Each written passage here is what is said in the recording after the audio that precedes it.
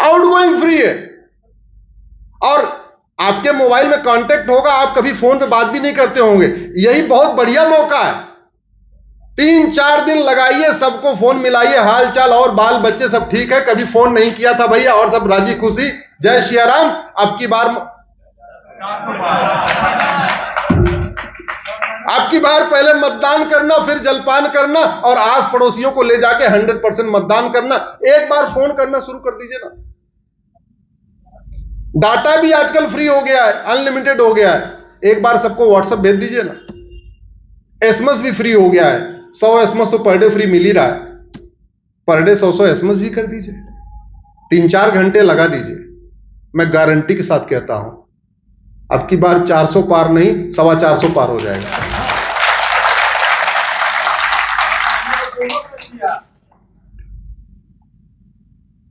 भारत का पूरा जो फ्रीडम स्ट्रगल हुआ था, आजादी का आंदोलन, उस समय जो नारा था वो वंदे मातरम भारत माता की जय था, और जो झंडा था वो भगवा झंडा था, उस पे ओम निशान लिखा हुआ था। अंग्रेजों ने यहां एक नेशनल एंथम इंपोज करने की कोशिश किया, गॉड सेव क्वीन। अंग्रेजों के इस पॉलिसी के विरोध में पूजनीय बंकिम चंद्र चटर्जी जी ने 24 घंटे के अंदर वंदे मातरम लिख दिया, 24 घंटे के अंदर। और अगले दिन से अंग्रेजों ने तय किया कि कल से गॉड सेव क्वीन गाया जाएगा, और अगले दिन से वंदे मातरम गाया जाने लग गया। वंदे मातरम हमारे लिए वार क्राई था। वंदे मातरम के नाम से लाहौर में अखबार निकलता था, वंदे मातरम के नाम से राम प्रसाद बिस्मिल ने गजल लिखा। अटक से कटक, बंगाल से लद्दाख तक, वंदे मातरम भारत माता की जय, भगवा झंडा ओम निशान, इसी पे पूरा फ्रीडम मूवमेंट चल रहा था। तो जब तय हुआ कि भारत का राष्ट्रीय झंडा क्या होना चाहिए, तो सबने बोला जिससे आजादी की लड़ाई हुई वही होना चाहिए, भगवा झंडा ओम निशान। लेकिन सेकुलरिज्म का कीड़ा कुछ लोगों को काटा था। किसको काटा था आप समझ रहे होंगे। उन्होंने विरोध किया, चलो ठीक है भाई, तिरंगा झंडा सही। फिर यह हुआ राष्ट्रगान क्या होना चाहिए। मेजॉरिटी चाह रही थी वंदे मातरम भारत का राष्ट्रगान होना चाहिए। जब नई बात बनी तो लोगों ने फोर्स किया कि काम करिए साहब, वोटिंग करा लीजिए, वोटिंग के आधार पर तय करते हैं भारत का राष्ट्रगान क्या होगा। डॉक्टर राजेंद्र प्रसाद ने बीच का रास्ता निकाला, पूरा संविधान बन गया। 26 नवंबर 1949 को पूरा संविधान बन चुका था, लेकिन एक चीज बचा हुआ था कि भारत का राष्ट्रगान क्या होगा। फिर 24 जनवरी 1950 यानी रिपब्लिक डे जो हम मनाते हैं, उससे 2 दिन पहले फिर एक बैठक बुलाई गई कि सब कुछ तो हो गया, लेकिन राष्ट्रगान क्या होगा तो तय ही नहीं हुआ। सब लोग वोटिंग पे अड़े हुए थे, बोले वंदे मातरम ही होना चाहिए।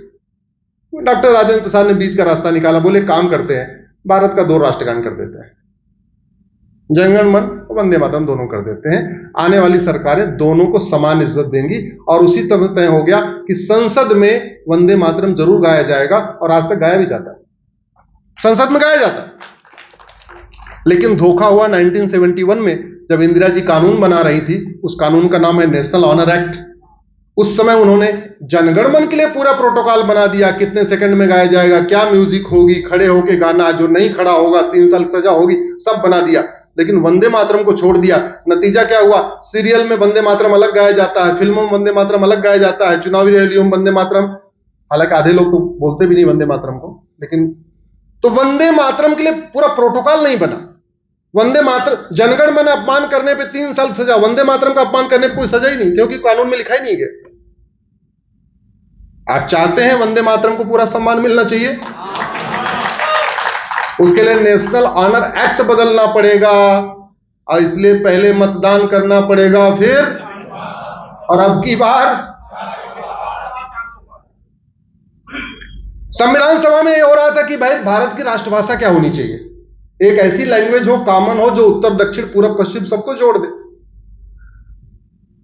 उसके पहले गांधी जी ने 1917 में भरूच में एक सम्मेलन हुआ था, तो उन्होंने बोला था कि हिंदी पूरे ज्यादातर देश में समझते हैं लोग, तो हिंदी को हम एक राष्ट्रभाषा बना देंगे, कनेक्टिंग लैंग्वेज बना देंगे। लेकिन जब संविधान सभा में बात आई तो कुछ विरोध हुआ कुछ राज्यों से, तो डॉक्टर अंबेडकर ने दूसरा रास्ता निकाला। उन्होंने एक प्रस्ताव पेश किया। उन्होंने कहा कि एक काम करते हैं, भारत की संस्कृति को भी प्रिजर्व करना है, भारत की संस्कृति को भी बचाना है। ऐसा करते हैं, संस्कृत को ही राष्ट्रभाषा बना देते हैं। क्योंकि संस्कृत का दक्षिण में कोई विरोध नहीं था। उदाहरण के लिए आज भी दक्षिण के राज्यों में जितने स्थान हैं उनको लास्ट में आपको म मिलेगा। रामेश्वरम, भद्राचलम, मछलीपट्टनम, लास्ट में म मिलेगा। ये सारे संस्कृत के नाम हैं। हमारी तरफ जहां जहां मुगल आए वहां पे पुर मिलेगा, रामपुर, धामपुर, लक्ष्मीपुर। तमिलनाडु में क्या मिलेगा? रामपुरम, धामपुरम, ऐसे मिलेगा।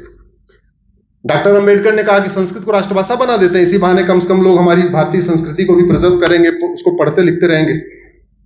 उस प्रस्ताव को भी उस समय के तथाकथित बहुत ही विद्वान जनों ने, जो सरकार में थे, उनका विरोध किया। अगर मैं आपको पुरानी समस्याएं बताऊं तो मैं आपको 50 समस्या बता सकता हूं।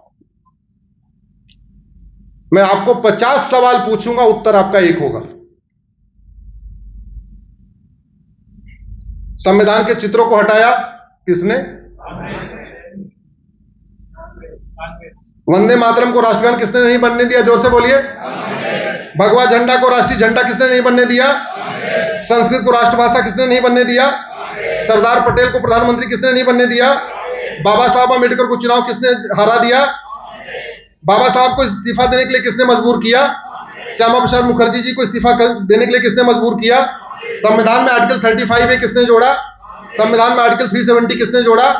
1954 वक्फ एक्ट किसने बनाया? प्लेस ऑफ वर्शिप एक्ट किसने बनाया? माइनॉरिटी कमीशन किसने बनाया? माइनॉरिटी अफेयर मिनिस्ट्री किसने बनाया? प्रियम्बल में सेकुलर शब्द किसने जोड़ा? भारत को इंडिया किसने बनाया? गुरुकुल शिक्षा को किसने बर्बाद किया? मदरसा मिशनरी स्कूल को किसने प्रमोट किया? एएमयू को माइनॉरिटी यूनिवर्सिटी किसने बनाया? विदेशी फंडिंग का रास्ता किसने खोला? भारतीय चिकित्सा को किसने बर्बाद किया? घुसपैठियों को बसाने के लिए सेक्शन 6 से किसने जोड़ा? चीन को जमीन किसने दिया? जोर से बोलिए। पाकिस्तान को किसने जमीन दिया? म्यांमार को किसने जमीन दिया? लंका को किसने जमीन दिया? यूएन की परमानेंट मेंबरशिप किसको दिया? गुलामी के नाम को किसने बरकरार रखा? गुलामी के निशान को किसने बरकरार रखा? गुलामी की कुरीतियों को किसने आगे बढ़ाया? गुलामी की कुप्रथाओं को किसने आगे बढ़ाया? गुलामी की पुलिस व्यवस्था को किसने आगे बढ़ाया? गुलामी की न्यायिक व्यवस्था को किसने आगे बढ़ाया? गुलामी की प्रशासनिक व्यवस्था को किसने बढ़ाया?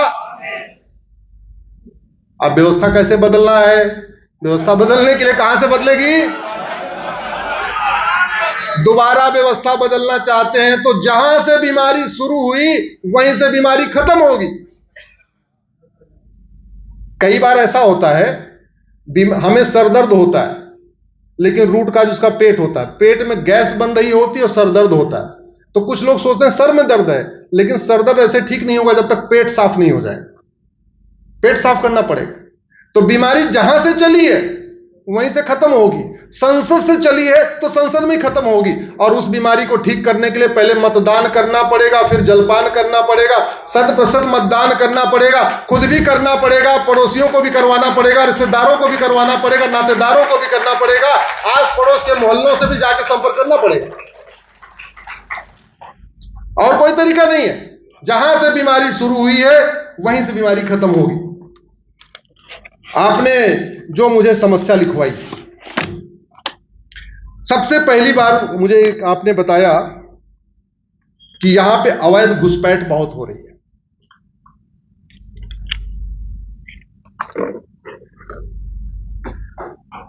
घुसपैठ क्या विश्वव्यापी समस्या है क्या?